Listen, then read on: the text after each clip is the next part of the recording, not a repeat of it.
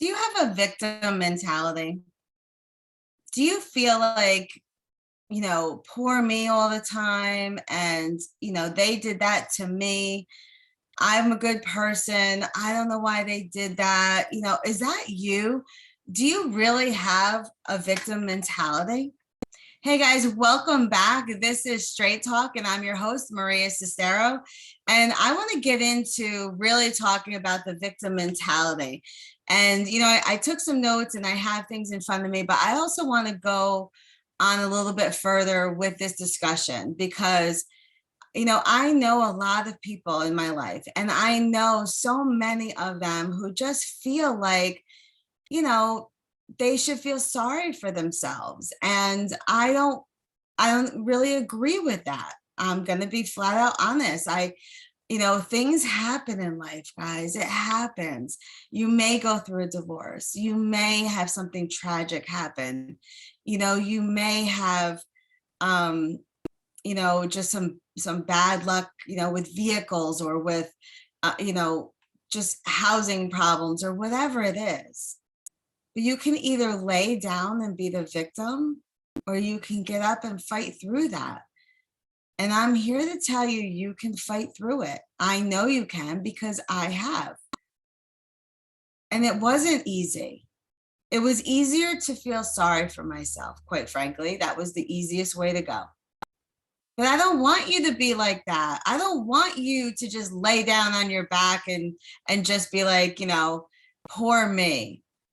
I want you to get up and roll right on over that, break on through that victim mentality. Believe it or not, there are benefits to having a victim mentality, right? It's always going to be someone else's fault. How many of you have heard that? Well, it wasn't my fault. It was her fault. It was his fault. You don't take responsibility at all. So, that's a great benefit. You can always blame someone else for your mistakes, right? You can always put it onto someone else. People feel sorry for you. You need the comfort of others. You want them to give you the attention and always the sympathy and the poor you, right? Others will expect less from you. They'll be like, oh, Sarah, she's having a really rough time. Come on now. Come on. I want you to hear me. This is not how you should be. Others give you what you want, right? Maybe they feel so bad for you because you've been crying and you're upset.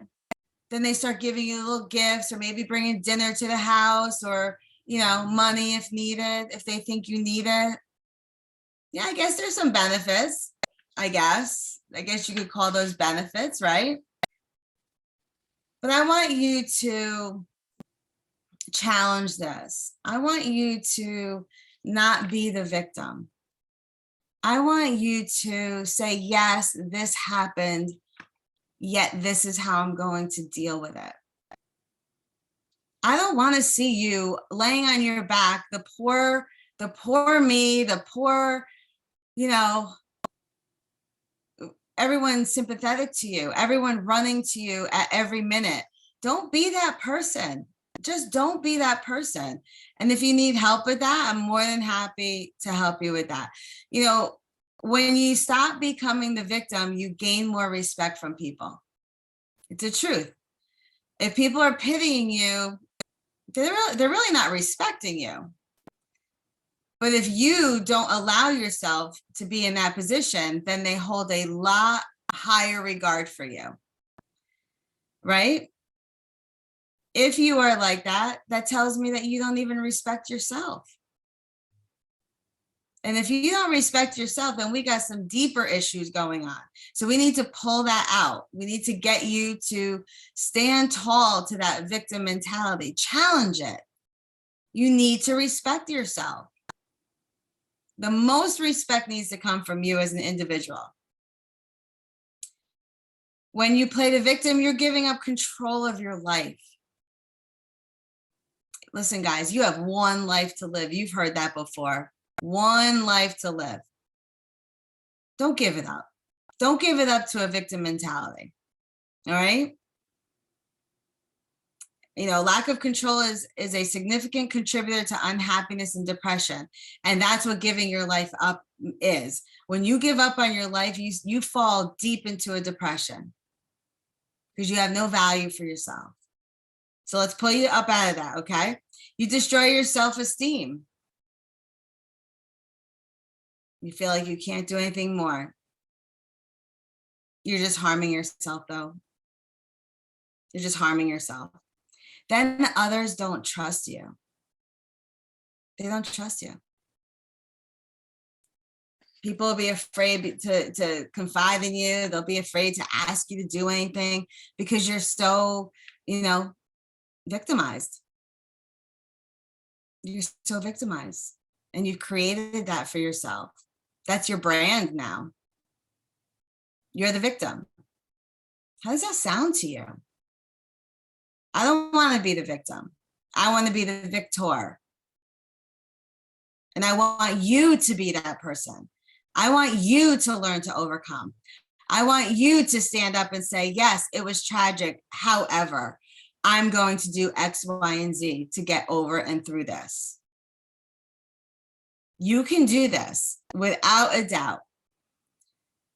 Without a doubt. Life is challenging, but it can also be rewarding, guys. It's going to challenge you. It's going to challenge you in every which way but Sunday at times. It can be like you never got through a month and all of a sudden you have all these things going on.